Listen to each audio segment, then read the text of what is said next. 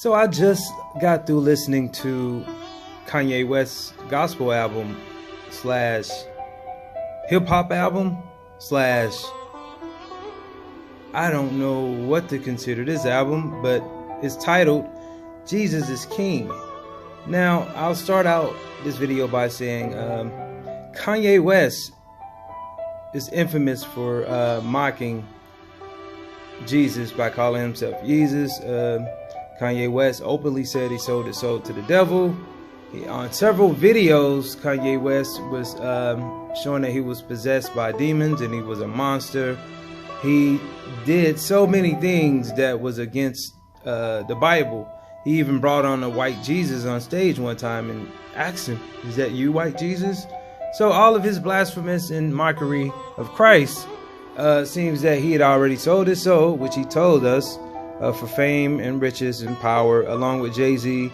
And he would continue on his mission of blasphemous for Satan. He even produced Lucifer, that song on the Black album that Jay-Z is infamous for making. And if you play it backwards, it says "Murder Jesus." Now, all the things that I just said, I want you guys to Google or look up on YouTube, and you'll realize that Kendrick News and Entertainment only speaks facts. Now, the link for this article will be in the description. Now, Kanye West, Jesus is King is fake Christianity at its finest.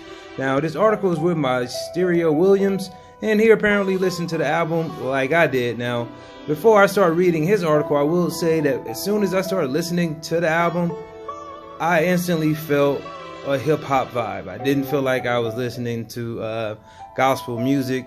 Shirley Caesar, FYI, nothing that just had me feeling like I was at a regular Sunday school service or Sunday morning service at a Baptist or Presbyterian church, etc., etc. I just had a feeling like this sounds just like Kanye rapping over some very, very, very gospel-like orchestras and keyboards and choir singing while he's rapping, and he would occasionally mention Jesus and things of related to doing good, but he was spitting bars, and he had the Clips and Ty Dolla and some other acts on there, and it just felt more hip-hop than gospel. Now, we all know he was out here hyping up this album from his Sunday service, which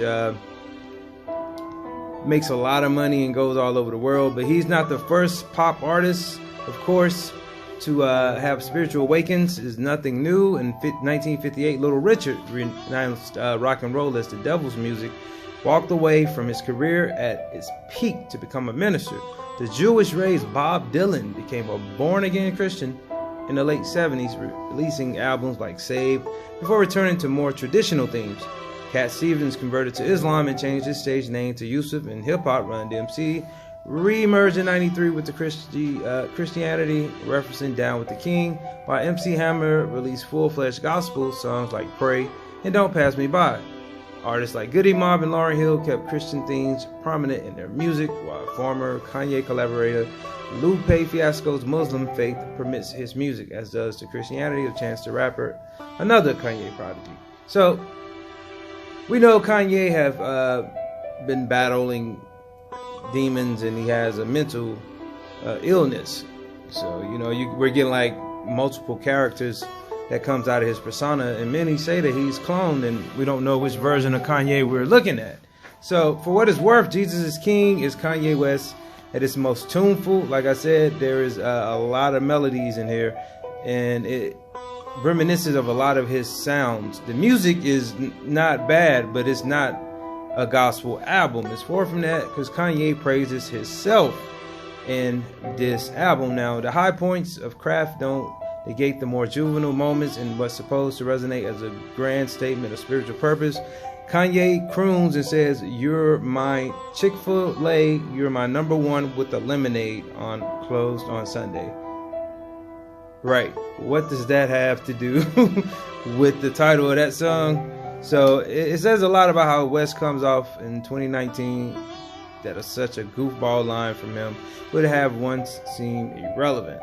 So it's just a lot of bars that he dropped like in every hour when he says, When I reach heaven gates, I ain't gotta peek over, keeping perfect composure while I scream at the chauffeur.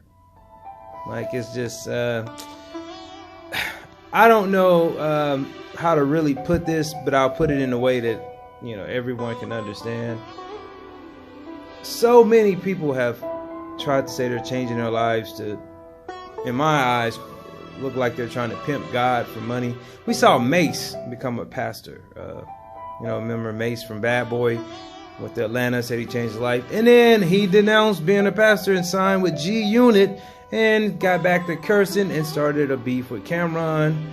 Back in the rap game, people just couldn't believe how you just gonna, you know, do this to your image as a pastor and you're back to hip hop. Like, you obviously was faking the funk. So that's what I get a riff from Kanye like that. Like, he's actually faking the funk. Like, this is something he's doing to just get more money. Because once, I mean, just take a small moment and think, people. If someone was a pedophile person, or someone that was a rapist, a murderer, or someone, you know, that was very bad, and all of a sudden they said they're not going to do that anymore. It's good to hear them say that, and they were, you know, going to be a born-again Christian. But would you just accept it all at once, like, oh, this person is not doing that no more? Or would you take time to evaluate them and see and listen and make sure that they're not lying before you say that they truly have changed? That choice is yours, but I'll say this. I think Kanye West's album is not just a gospel album. Has its high points, I guess, for us, the music. And I just can't say it's a full gospel album. So, like this video, leave your comments and subscribe later.